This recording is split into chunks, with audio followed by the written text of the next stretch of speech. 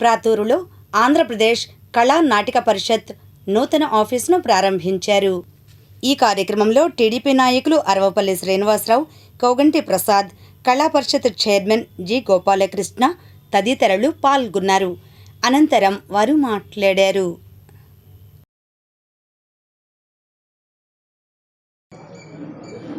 ఆంధ్రప్రదేశ్ నాటక అకాడమీకి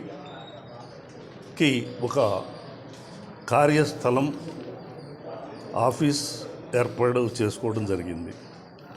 గౌరవ ముఖ్యమంత్రి నారా చంద్రబాబు నాయుడు గారు, ఉప ముఖ్యమంత్రి గౌరవనీయులు శ్రీ పవన్ కళ్యాణ్ గారు కళలు అంటే కళల పట్ల, కళాకారుల పట్ల ఉమ్మడి రాష్ట్రంలో ఉన్నప్పటి నుంచి చంద్రబాబు నాయుడు గారికి ఎంత ప్రేమో, ఎంత ఆదరణో మనందరికీ తెలుసు.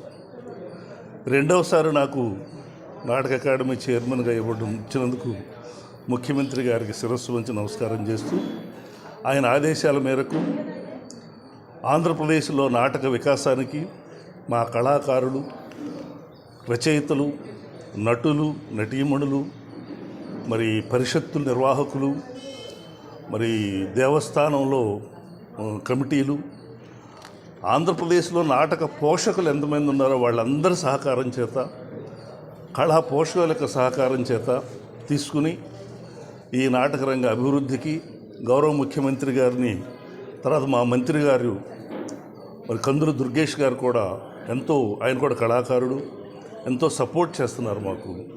సో ఈ పాతూరు ఊళ్ళో చక్కటి పల్లె వాతావరణంలో మాకు ఈ ఆఫీస్ని ఏర్పాటు చేసిన మా ప్రసాద్ గారికి, శ్రీనివాస్ గారికి అందరికీ కూడా ధన్యవాదాలు చెప్తూ, మా CEO గారు మల్లికార్జునరావు గారు, ఆయన కూడా మనకెంతో సహకరిస్తూ ఉన్నారు.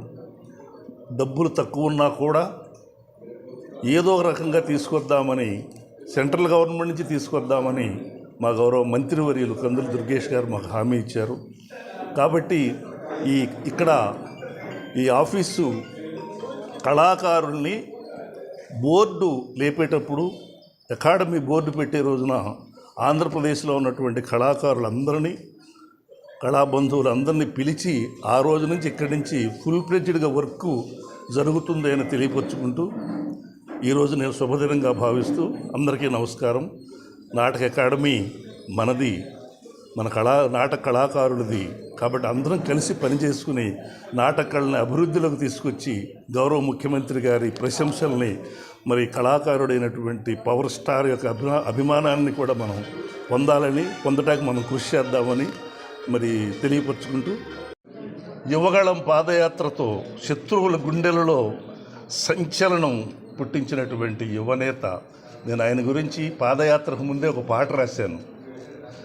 నందమూరి రామన్న, నారా చంద్రన్న ఆశయాల ప్రతిరూపం, అలుపెరుగని యువతేజం, ఉత్తుంగ తరంగమై గుజ్జమ నరసింహమై, నిరంతరం జనం కొరకు తపించే లోకేష్, నీ తోడుగా నడుస్తాం, నీ నీడగా నిలుస్తాం, నీ తోడుగా నడుస్తాం, నీ నీడగా నిలుస్తాం అని స్లోగన్ ఇచ్చి ఆ రోజునే పాట రాశాను నేను.